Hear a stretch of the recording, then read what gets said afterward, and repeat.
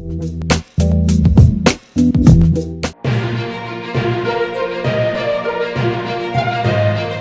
మీడియాలో తరచూ వివాదాస్పద పోస్టులతో వార్తల్లో ఉండే నటి పూనం కౌర్ మరోసారి సంచలన వ్యాఖ్యలు చేశారు. ఈసారి ఆమె నేరుగా AP deputy CM Pawan Kalyan ను టార్గెట్ చేస్తూ చేసిన ట్వీట్లు పెద్ద దుమారం రేపుతున్నాయి.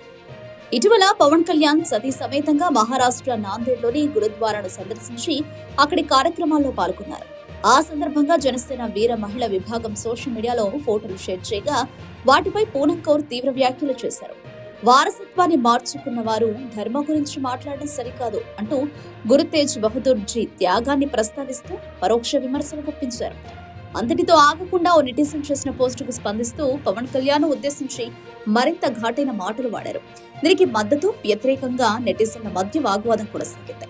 కొందరు పూనం వ్యాఖ్యలను ఖండించగా మరికొందరు ఆమెకు మద్దతుగా నిలిచారు. ఇప్పటి వరకు పరోక్ష వ్యాఖ్యలకి పరిమితమైన పూనం కౌర్ ఈసారి నేరుగా టార్గెట్ చేయడం రాజకీయంగా సామాజికంగా చర్చకు దారితీస్తుంది. ఈ ట్వీట్ యుద్ధం ఎక్కడికి దారితీస్తుందో చూడాలి.